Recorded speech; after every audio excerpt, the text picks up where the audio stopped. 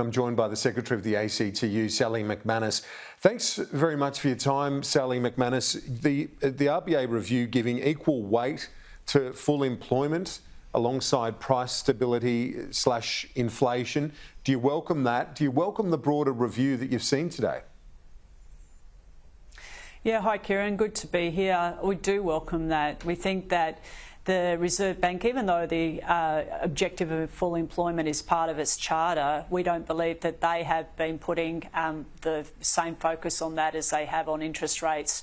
And also it's meant in a way that their assumptions around what is full employment have proven actually not to be correct. And so the Reserve Bank has kept unemployment artificially high for too long. Now, we've seen because of the pandemic and the border closures that unemployment can go down a lot further before we even get to a point of full employment. And that's for a lot of reasons: big changes in the labour market, underemployment issues, workers' bargaining power, all of those things feed into those changes. So we do think it's really important to re-emphasise that as being a key objective of our central bank.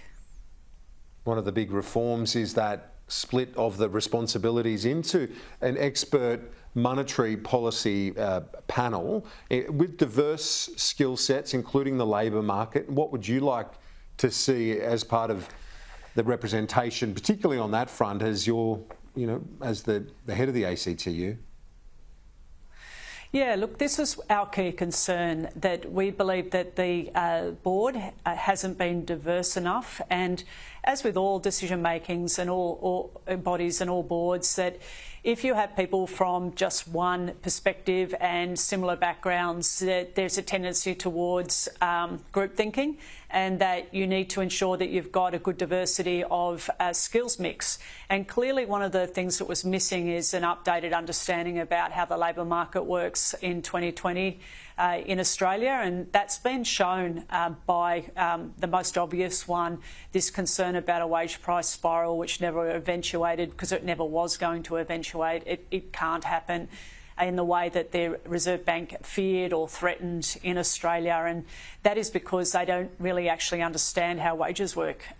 Similarly, over a period of time, they've made predictions around what would happen with wages, and every single one of those predictions has been wrong. So obviously it's a good thing for the country to have people on that board that do have a deep understanding of how all of this works, because it's one of the key factors you've got to consider in your decision making. Do you think the Treasurer has taken a step towards that already by the appointments made today, including the former Fair Work Commission President, former Assistant Secretary, well before that at the ACTU, Ian Ross? Yeah, I think that that's an outstanding decision by the Treasurer. There's no one else in the country that has that recent and deep history in understanding wages. Not only that, he headed the panel that would set the annual wage, the minimum wage every single year, which affected a lot of people. And then, of course, he oversaw the wages system in terms of bargains that were being reached. So he understands in a really deep way how all of this works. And so that's going to bring the very best expertise to the board, and that's a really positive thing. Now, with that representation that you spoke about, the need to have an understanding of the way macroeconomics works with wages and average workers, what sort of representation would you like to see on the board, say from the union movement? Well, the only person who, back in the day, back in Bill Kelty's day, and that's quite a while ago now, it's 2 generations ago really, he sat on the RBA board. We decided that that wasn't something we wanted to do, so long as the government was committed to addressing the skills gap that we saw. And the reason why is because we want to maintain our independent voice and our ability to criticise where necessary. And I think that there's a conflict when you sit on a board and when you've got a job like mine, which is to advocate for working people. So I'd have to step back a bit from that if I was to be on the board, or other people at the ACTU. And if there was an issue in terms of thinking there wasn't the skills out there available, or someone like of Ian Ross's calibre wasn't available, well then certainly people at the ACTU, there's people here who do understand and have the same depth of experience, and they would bring those same skills. But at this time in history, I think that this is a really good decision for the country. Okay. Now, in terms of where the economy is at right now, we know that the Treasurer is just a couple of weeks away from his second budget. Inflation's still uncomfortably high. What do you want to see from the government from your perspective in terms of some of those cost of living pressures, which so many of our viewers know about? Many of your members would be feeling the pinch terribly right now. Yeah, they are feeling it terribly, especially lower paid workers for all the obvious reasons, and especially people who are renting.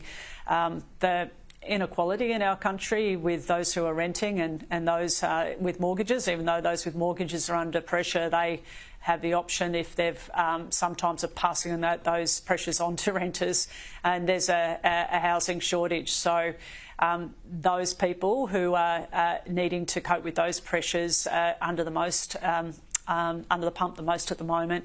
And plus the thing is of course it's all the essentials, so essentially fuel and supermarket, like your basic groceries. So there's a few things that the government can do. We'd like them to address the issue of housing and look at supporting people, especially at the low end, with relief there. We would like to see increases to to JobSeeker as well. I know that the government appears to have ruled that out, but we would say that it's not just that we have people living in poverty in our country. And of course, the other really big and important thing is the fact that minimum wages at the moment have been set by the Fair Work Commission, and that's the government's got to make a submission, and they're going to make that submission after the budget, just after the budget, and continue to support people seeing their real wages maintained. So they're the levers they've got at the moment. There's obviously things like that, they don't have control of, like the war in Ukraine, obviously, and some of the supply chain issues. But we are seeing that they are resolving to a degree. Secretary of the ACTU, Sally McManus, no doubt will speak to you around the budget, just a few weeks away. Thanks so much for your time today.